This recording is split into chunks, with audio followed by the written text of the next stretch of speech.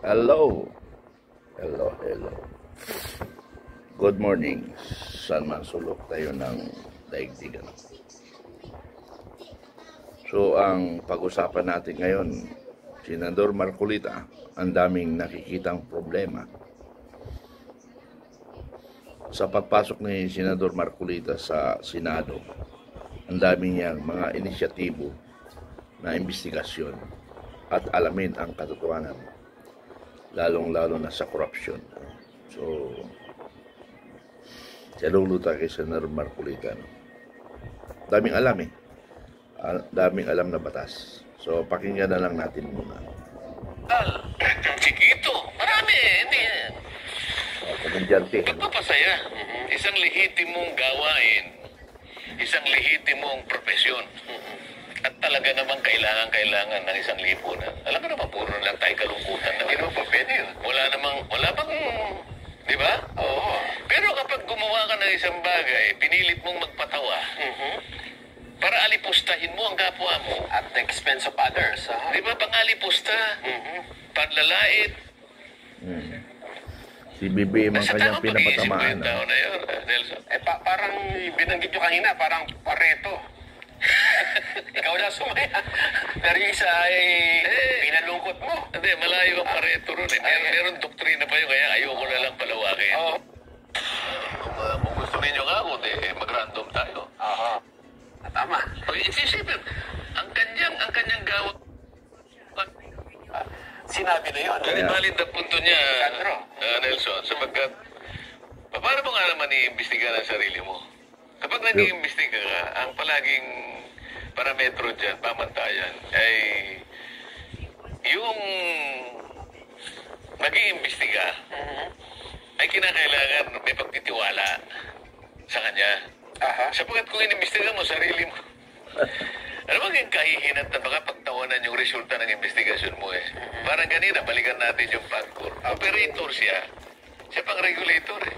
Parang ganito rin sila eh. Isip-isipin mo, kung tama yung mga pinagsasasabi ng mga ibang ngayon ay nagtatatalak na rin yan. 65, 67 congressmen ay pare-parehong contractors. Kung makikita mo naman nga, yung iba dyan ay galing na parang may Kapitan, mayusin mga dyan kapitan, na galing contractor. sa DPWH na ngayon ay congressmen. Diba? Ngayon, paano mo nga masisiguro at paano ngayon na pagtitiwalaan ng tao yung kalidad nung pag-iimbestiga mo? Pwede na mag-iimbestiga, bakit hindi? Kaya lang, pagka naman hindi pinaniwalaan yun, sayang lang. Yun ang aking masasabi rin. Ayun nga, kasi... Nagkausap din kami ni Kong Sandro. Tinanong ko nga sa kanya, sabi ko, Kong, nagsisimula na yata ako yung good government. Hindi ka niya, hindi ka niya tama eh. Ano sabi niya? Hindi ako makakapaniwala doon, sabi niya. Naintindihan ko naman eh. At siya rin, siyempre, gusto niya na dapat siguro ang mag-imbestiga sa kanila, independent siguro na kung ano man ang gusto nila. Pero hindi sila mismo, hindi yung committee nila. Di ba? Tama po. Kasi kontrolado nila, pati resources. Sino yung imbitahan natin? Sabi mo nga, yung mga kaibigan lang imbitahan, yung mga kalaban, wag. Yung mga talagang may kasalanan, baka mamaya, kung ano pang pagsasabihin dito, matiklo tayo rito. Di ba? Saan ano ang reaksyon nyo dito naman sa pahayag ng COMELEC? May kaugnay din dyan sa mga korporasyon na sinasabing nakakopo ng mga flood control project. Sabi niya kasi, bawal sa batas na ang isang negosyo na may kontrata sa gobyerno ay may campaign contribution sa kandidato. Ayon sa may binanggit siyang batas dito. Tama naman yun. Pero sa tingin ko, yun lang. Habang kinakamot mo, lalong kumakati. Kinakamot mo hanggang magasgas at tumugo. Pero hindi... Ayon sa may binanggit siyang batas dito. Tama naman yun. Pero sa tingin ko, yun lang ba? Yun lang ba yung dahil sa tumulong? Maaaring isa yun sa dahilan. Pero sinasabi ko yung na-institutionalize na eh. doon pa lamang sa, hindi dahil sa campaign period, hindi na campaign period eh. Di ba? Misa naman siguro 2025, campaign period. Paano yung next year? Wala namang, may election pa ba ron? Wala na. Oo. Ibig sabihin, hindi lamang din campaign period ang gagawin mong dahilan dyan. Yung karaniwan na na-institutionalize na yan, basta meron siyang 15 to 20%. May election man o wala. Oo. Ibig sabihin, basta nakinabang siya doon sa proyektong Pilipino ng Kanyang Komisyon. Parang diversionary lang na kunwari ilalagay na sa election eh. Bakit? Oo nga. Once every 3 years lang election eh. Di ba? O paano yung hindi election years? Siguro ito lang ang kanya kasing sakop eh. Kasi COMELEC sila, Sen. Pwede naman. Bakit hindi? Kaya lang, baka mamaya masyadong limited yung makita mo dyan. At yung ibang aspeto hindi mo nakikita. Halimbawa, yung hindi politiko na sangkot dyan. Mga district engineers, mga regional directors. At umaabot pa sa main office ng DPWH. Kasangkot pa dyan ang COA, ang DBM, quality control, yung BAC. Hindi mo pag-uusapan yan? Hindi natin titignan yan?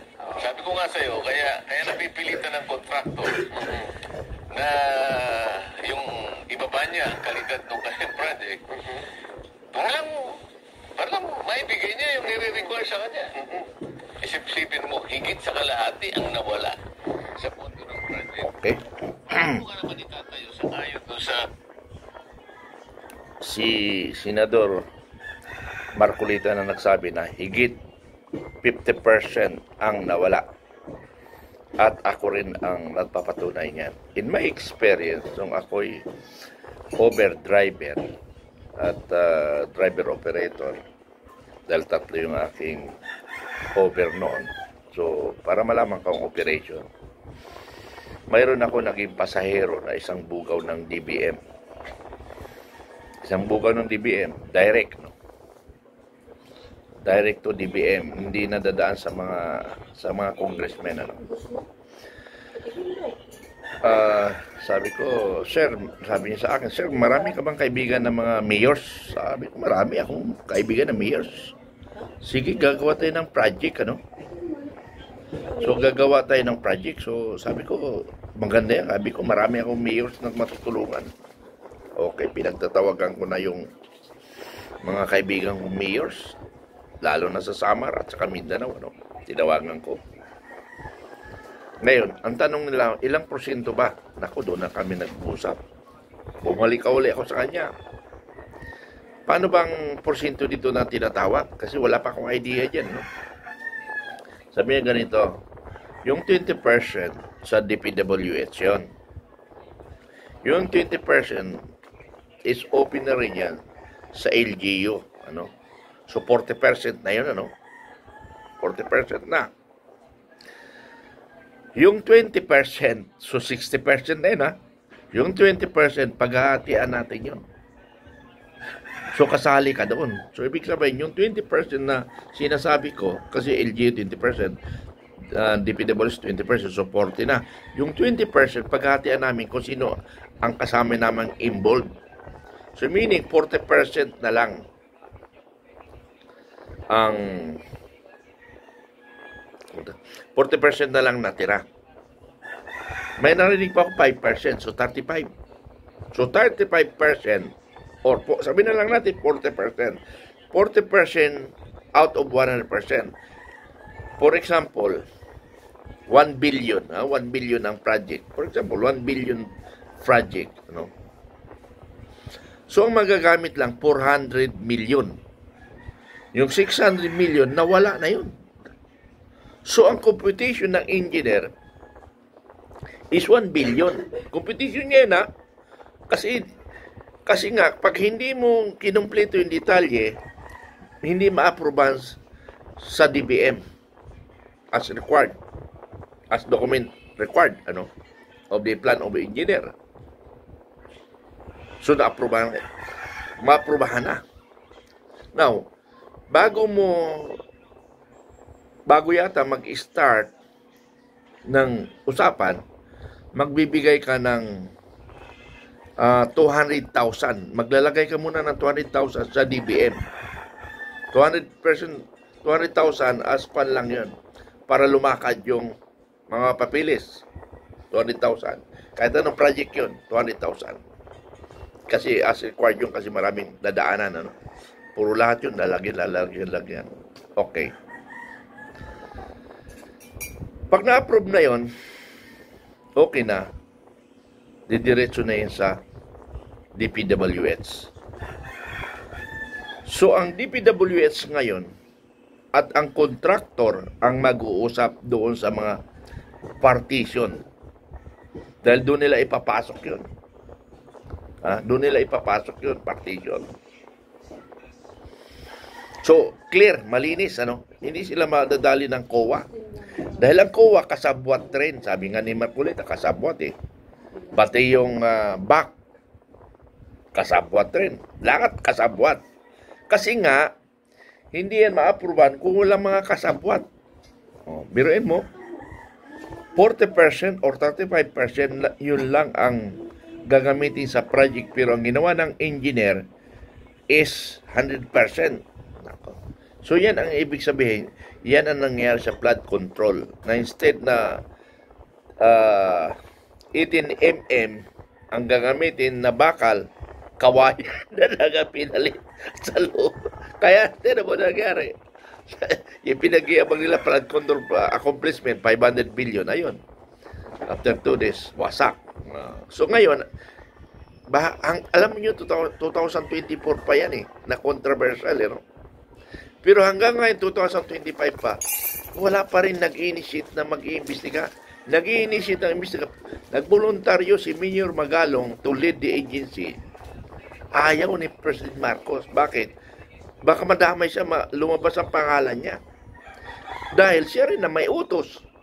Kunwari na lang yung sinasabi niya na mahiya naman kayo.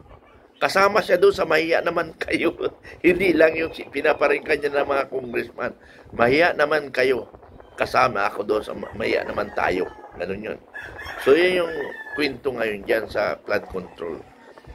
SOP na kasi ng gobyerno yan Si Senador Marcolita na nga nagsabi. Si Senador Marcolita mismo sabi, higit 50% ang nawala sa budget. Siya na yun nasa Congress siya. So, iimbestigan niya siguro sa Blue Ribbon Committee. Nagkuha lang muna siya, nagpapasakalye lang muna siya bago mag-start. And also, my experience. So, ang ginawa ko ngayon, dahil instead na makatulong ako, may nangamiyo nag-react, hindi ko na tinuloy. Ganun pala ang sabwatan